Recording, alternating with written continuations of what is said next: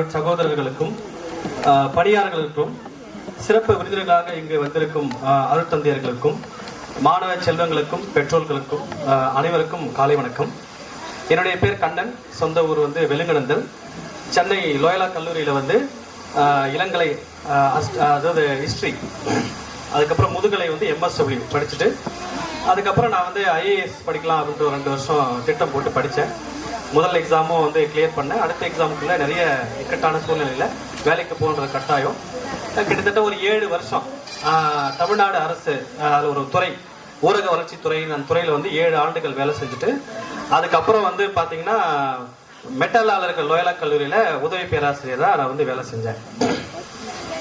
என்னால் இப்போ இவ்வளோ விஷயங்கள் இப்போ நான் என்ன பண்ணிட்டு இருக்கேன் அப்படின்னா, என்னுடைய வேலையை நிறுத்திட்டு இந்த கொரோனா டைம் வந்தப்போ சொந்தமா ஒரு திறன் மேம்பாட்டு மையம் உருவாக்கி திருவண்ணாமலையில் நடத்திட்டு இருக்கேன்.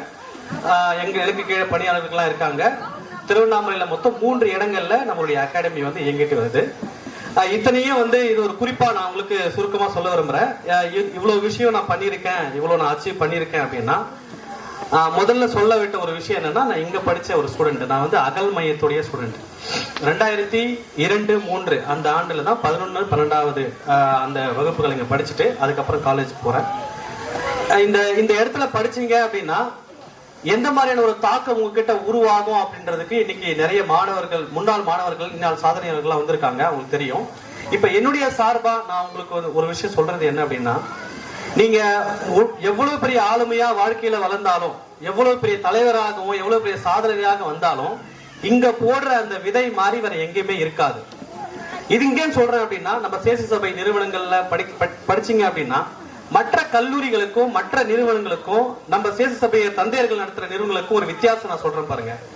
மற்ற இடங்கள்ல என்ன பண்ணுவாங்கன்னா, அந்த அறிவு தீபம் ஏற்றும் போது பசங்களை படிக்க வைக்கும் போது வெளிப்புறமா மோட்டிவேட் பண்ணுவாங்க, வெளிப்புறமா ஊக்கம் கொடுப்பாங்க. ஓகே, இப்போ நல்லா படி, நல்லா மார்க் எடுக்கிற, நல்ல மார்க் இருக்கு, நல்லா வளருவேன்னு சொல்லிட்டு. ஆனா இது வரைக்கும் நீங்க கேள்விப்பட்டீங்களான்னு தெரியல, நான் உணர்ந்தது என்னன்னா, சேசி சபை தந்தையர்கள் நடத்துற இந்த கல்வி நிறுவனங்கள் நீங்க படிச்சீங்க அப்படின்னா அந்த தீபத்தை உங்களுக்கு உள்ள ஏத்துவாங்க. ஒரு தீபம் உள்ள ஏத்தும் போது என்ன நடக்கும் அப்படின்னா, அது எப்பவுமே அணையாது. எனக்குள்ள உண்மையிலே தீபமும் அப்படிதான், எனக்குள்ள இன்ன வரைக்கும் அணையாம ஓடிட்டு இருக்குது.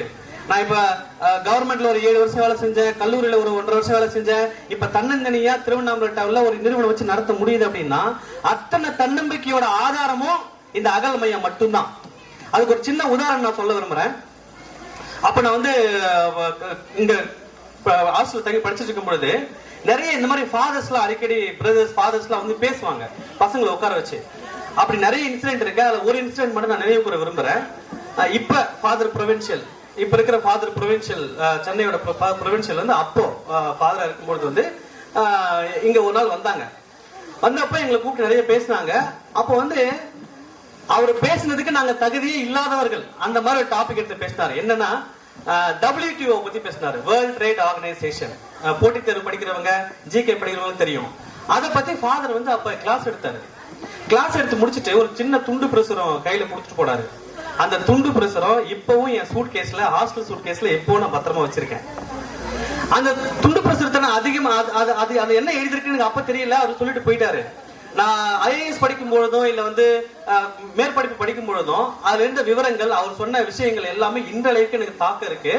முக்கியமா அப்ப எனக்கு ஒரு வார்த்தை கூட ஆங்கிலம் பேச தெரியாது. இப்ப நான் ஃபுல்லா ஆங்கிலம் தான் பேசிட்டு இருக்கேன் மத்தவங்க கிட்ட.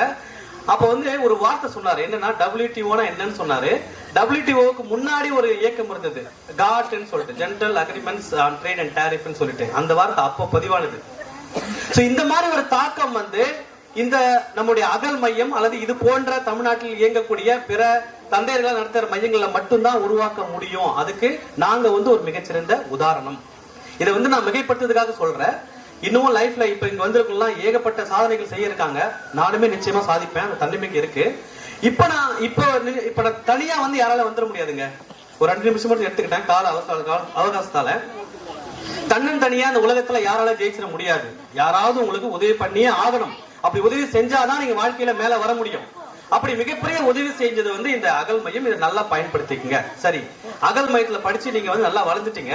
இப்ப உங்களுக்கு என்ன, நீங்க அதிகபட்சம் அகல் மையத்துக்கு திருப்பி என்ன செய்யலாம் அப்படின்னா, உங்களை நீங்க அழைக்கப்படும் பொழுது ஒரு லெக்சர் கூட கூப்பிடுறாங்க, இல்ல ஏதாவது உதவி செய்ய கூப்பிடுறாங்க, நீங்கள் அழைக்கப்படும் பொழுது கட்டாயமாக அதை மறுக்காம வந்து உதவி செய்யுங்க.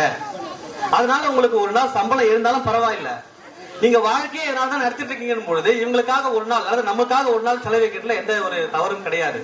அதனால மாணவர்களுக்கு முக்கியமான சொல்றது என்னன்னா, தயவு செய்து இங்க இருக்கிற ஃபாதர்ஸ், அவங்களுடைய நடத்தை, அவங்களுடைய நாலேஜ், அவங்க எப்படி இருக்கிறாங்க, அவங்கள கூர்ந்து யோசிங்க. அதை விட ஒரு நாலேஜ் உலகத்துல உங்களுக்கு எங்கேயுமே கிடைக்காது. ஒண்ணு.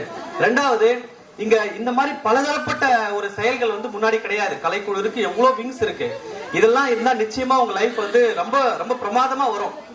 அதையும் சொல்லிக்கிட்டு பேரண்ட்ஸுக்கு, பெற்றோர்களுக்கு முடிந்த அளவுக்கு உங்களுடைய பிள்ளைகள் வாழ்க்கையில எவ்வளவு கஷ்டப்பட்டாலும் அவங்க கூட இருங்க. எக்காரணத்தை கொண்டு அவங்களை மட்டம் தட்டாதீங்க. அதே போல அகல் மையம் அல்லது வந்து நம்முடைய சிறுசபை ஃபாதர்கள் அவங்க இருக்கிற முனைப்புல நீங்க பங்கெடுத்து கூட நின்னீங்கன்னா நிச்சயமா உங்களுடைய பிள்ளைகளுடைய எதிர்காலம் நாங்க சாதிச்சதை விட 1000 மடங்கு பிரகாசமா இன்னும் ஒளிரும் என்று சொல்லி வாய்ப்புக்கு நன்றி தந்த அனைவருக்கும் நன்றி கூறி விடைபெறுகிறேன்.